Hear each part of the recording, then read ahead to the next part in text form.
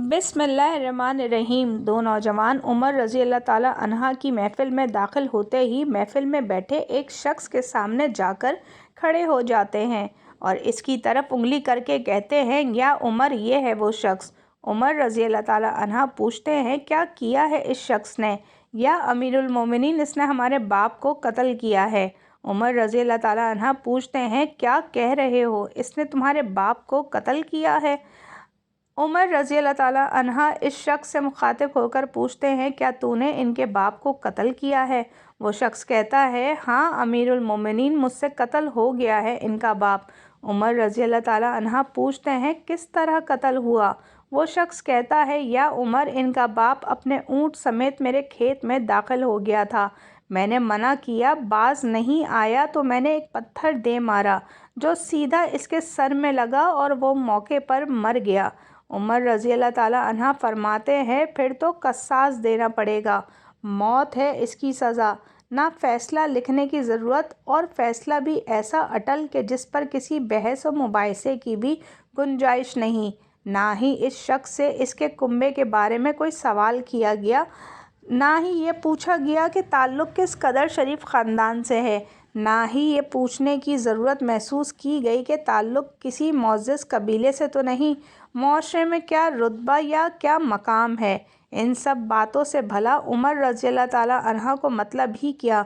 क्योंकि मामला अल्लाह के दीन का हो तो उमर रज़ी अल्लाह ताला अन्हा पर कोई असर अंदाज नहीं हो सकता, और ना ही कोई अल्लाह की शरीयत की तनफीज़ के मामले पर उमर रज़ी अल्लाह ताला अन्हा को रोक सकता है।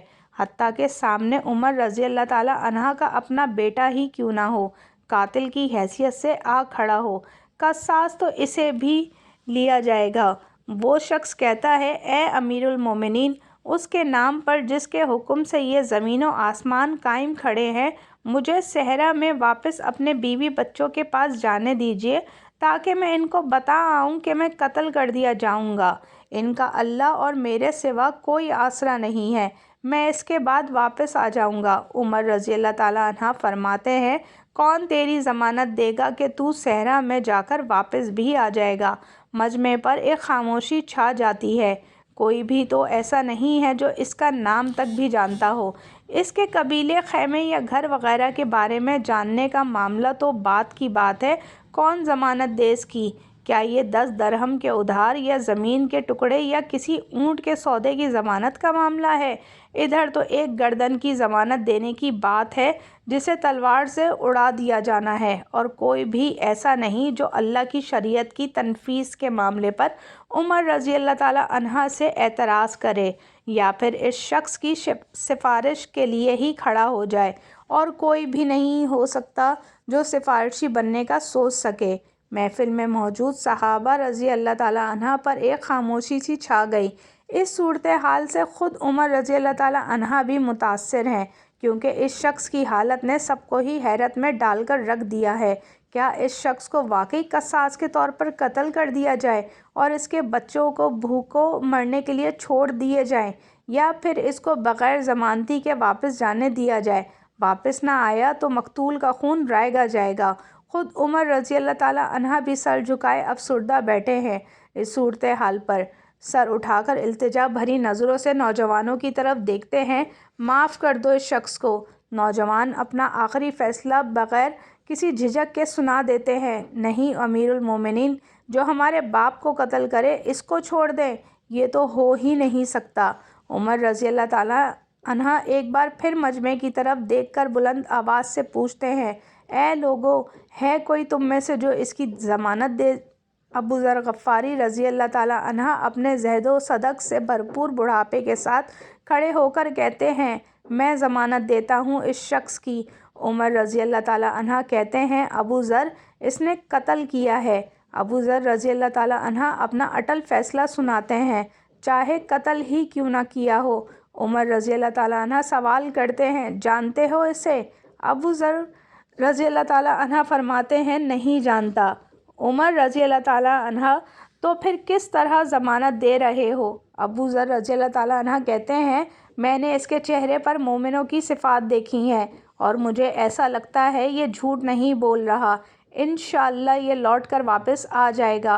عمر رضی اللہ تعالیٰ عنہ: ابو ذر دیکھ لو، اگر یہ 3 دن میں لوٹ کر نہ آیا تو مجھے تیری جدائی کا صدمہ دیکھنا پڑے گا۔ ابو ذر رضی اللہ تعالیٰ عنہ اپنے فیصلے پر ڈٹے ہوئے جواب دیتے ہیں: امیر المومنین، پھر اللہ مالک ہے۔ عمر رضی اللہ تعالیٰ عنہ سے 3 دن کی مہلت پا کر وہ شخص رخصت ہو جاتا ہے، کچھ ضروری تیاریوں کے لیے، بیوی بچوں کو الوداع کہنے، اپنے بعد ان کے لیے کوئی راہ دیکھنے، اور پھر اس کے بعد قصاص کی ادائیگی کے لیے قتل کیے جانے کی غرض سے لوٹ کر واپس آنے کے لیے، اور پھر 3 راتوں بعد عمر رضی اللہ تعالیٰ عنہ بھلا کیسے اس امر کو بھلا پاتے؟ انہوں نے ایک ایک لمحہ گن کر کاٹا تھا۔ عصر کے وقت شہر میں صلاۃ الجمعہ کی منادی پھر جاتی ہے۔ نوجوان اپنے باپ کا قصاص لینے کے لیے بے چین، اور لوگوں کا مجمع اللہ کی شریعت کی تنفیذ دیکھنے کے لیے جمع ہو چکا ہے۔ ابو ذر رضی اللہ تعالیٰ عنہ بھی تشریف لاتے ہیں اور آ کر عمر رضی اللہ تعالیٰ عنہ کے سامنے بیٹھ جاتے ہیں۔ عمر رضی اللہ تعالیٰ عنہ سوال کرتے ہیں: کدھر ہے وہ آدمی؟ ابو ذر رضی اللہ تعالیٰ عنہ مختصر جواب دیتے ہیں: مجھے کوئی پتہ نہیں یا امیر المومنین۔ ابو ذر رضی اللہ تعالیٰ عنہ آسمان کی طرف دیکھتے ہیں، جدھر سورج ڈوبنے کی جلدی میں معمولی سے زیادہ تیزی کے ساتھ جاتا دکھائی دے رہا ہے۔ محفل میں ہو کا عالم ہے، اللہ کے سوا کوئی نہیں جانتا کہ آج کیا ہونے جا رہا ہے۔ یہ سچ ہے کہ ابو ذر رضی اللہ تعالیٰ عنہ عمر رضی اللہ تعالیٰ عنہ کے دل میں بستے ہیں۔ عمر رضی اللہ تعالیٰ عنہ سے ان کے جسم کا ٹکڑا مانگے تو عمر رضی اللہ تعالیٰ عنہ دیر نہ کریں، کاٹ کر ابو ذر رضی اللہ تعالیٰ عنہ کے حوالے کر دیں۔ لیکن ادھر معاملہ شریعت کا ہے، اللہ کے احکامات کی بجا آوری کا ہے، کوئی کھیل تماشا نہیں ہونے جا رہا، نہ ہی کسی کی حیثیت یا صلاحیت کی پیمائش ہو رہی ہے۔ حالات و واقعات کے مطابق نہیں، اور نہ ہی زمان و مکان کو بیچ میں لایا جانا ہے۔ قاتل نہیں آتا تو ضامن کی گردن جاتی نظر آ رہی ہے۔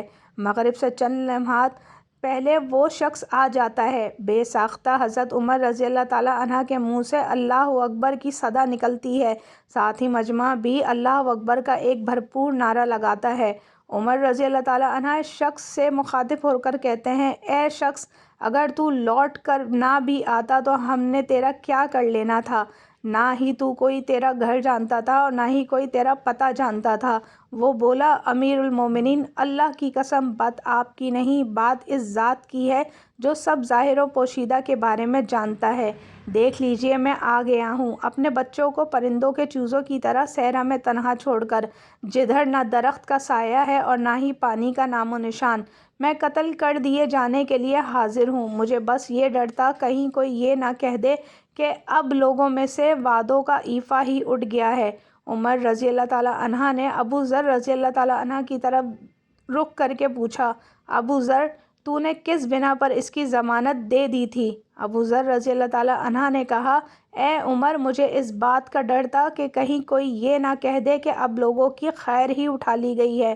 حضرت عمر رضی اللہ تعالیٰ عنہ نے ایک لمحے کے لیے توقف کیا اور پھر ان 2 نوجوانوں سے پوچھا کہ کیا کہتے ہو اب؟ نوجوانوں نے، جن کا باپ مرا تھا، روتے ہوئے کہا: اے امیر المومنین، ہم اس کی صداقت کی وجہ سے اسے معاف کرتے ہیں۔ ہمیں اس بات کا ڈر ہے کہ کہیں کوئی یہ نہ کہہ دے کہ اب لوگوں میں سے عفو اور درگزر ہی اٹھا لیا گیا ہے۔ عمر رضی اللہ تعالیٰ عنہ اللہ اکبر کہتے اٹھے اور آنسو ان کی داڑھی کو تر کرتے نیچے گرنے لگے۔ فرمایا: اے نوجوانوں، تمہاری عفو و درگزر پر اللہ تمہیں جزائے خیر دے۔ اے ابو ذر، اللہ تجھے اس شخص کی مصیبت میں مدد پر جزائے خیر دے، اور اے شخص، اللہ تجھے اس وفائے عہد و صداقت پر جزائے خیر دے، اور اے امیر المومنین، اللہ تجھے تیرے عدل و رحمدلی پر جزائے خیر دے۔